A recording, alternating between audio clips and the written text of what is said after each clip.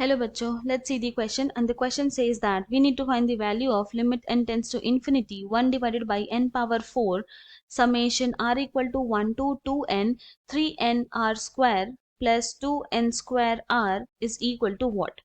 तो हम लोग क्या करेंगे, यहाँ पे सबसे पहले हमारा की कॉन्सेप्ट लिख लेंगे जो यूज करने वाले हैं। तो हमारा जो फर्स्ट की कॉन्सेप्ट यूज होगा वो होगा summation from k equal to 1 to n k square is equal to होता है n multiplied by n plus 1 multiplied by 2n plus 1 divided by 6। ये हमारा फर्स्ट की कॉन्सेप्ट।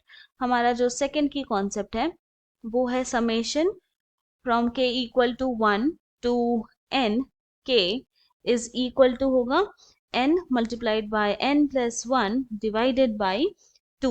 ना अब ये दो की कॉन्सेप्ट का यूज करके हम अपने क्वेश्चन को सॉल्व करेंगे।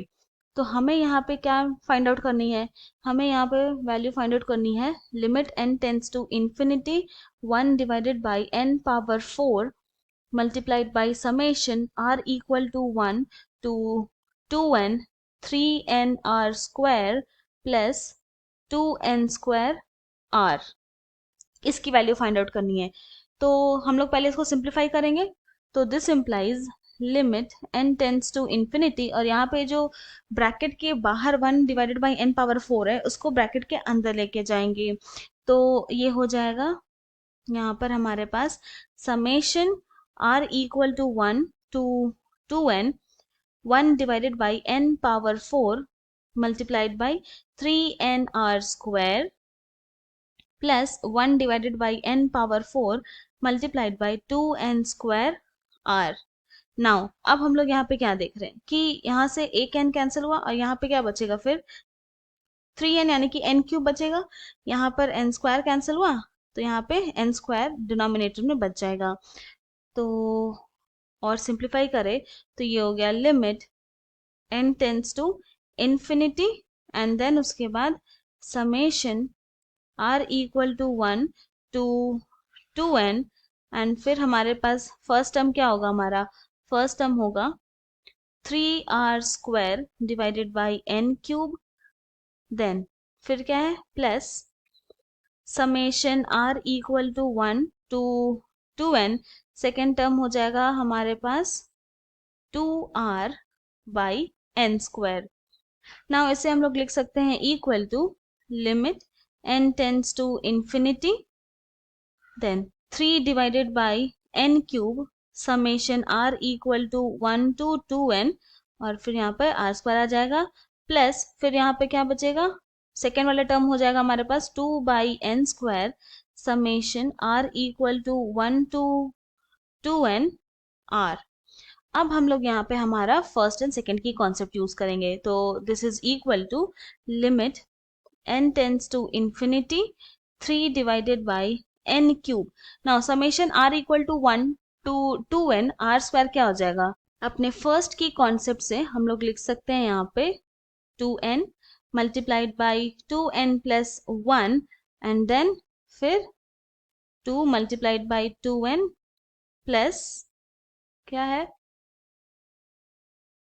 1 डिवाइडेड बाई 6 प्लस सेकेंड वाला टर्म लिखेंगे 2 by n square as it is and summation from r equal to 1 to 2n r हमारा सेकेंड की कॉन्सेप्ट से हो जाएगा यहाँ पे 2n multiplied by 2n plus 1 divided by 2।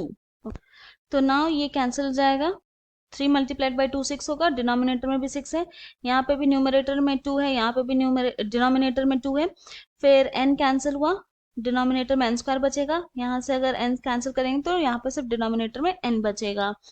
तो अब इसको सिंप्लीफाई करेंगे तो इसको लिख सकते हैं equal to limit n tends to infinity, हमारा फर्स्ट टर्म हो जाएगा 2n plus 1 divided by n multiplied by 4n plus 1 divided by n, ये हमारा फर्स्ट टर्म आ गया।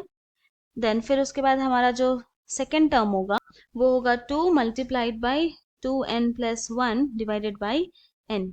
Now this is equal to limit n tends to infinity. तो यहाँ पे देख रहे हैं बोथ द टर्म में 2n+1 डिवाइडेड बाई n जो है वो कॉमन है, तो हम लोग उसको ब्रैकेट के बाहर लेकर आ सकते हैं। तो यहाँ लिखेंगे 2n+1 divided by n। Now अब हमारे पास क्या बचेगा, तो बचेगा 4n+1 divided by n plus 2।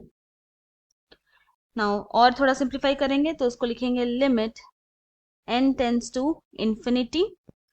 यहाँ पर आ जाएगा 2+1/n, इसको लिख सकते हैं ना 2n+1 डिवाइडेड बाई n को इस तरह से। फिर 4n+1 डिवाइडेड बाई n को लिख सकते हैं 4+1/n देन प्लस 2। अब यहाँ पर हमारा लिमिटिंग वैल्यू पुट करेंगे n का, और हम लोग जानते हैं कि since 1/infinity is equal to होता है 0, तो जब n का लिमिटिंग वैल्यू पुट करेंगे जो कि इन्फिनिटी है, तो क्या हो जाएगा, ये होगा equal to 2 then plus 0 multiplied by, फिर क्या आ जाएगा 4 plus 0 then plus 2। Now this is equal to 2 multiplied by 6 which is equal to 12. Okay. So therefore the required value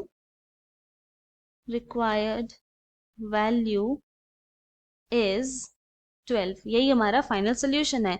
I hope you have understood it well. Thank you and best of luck.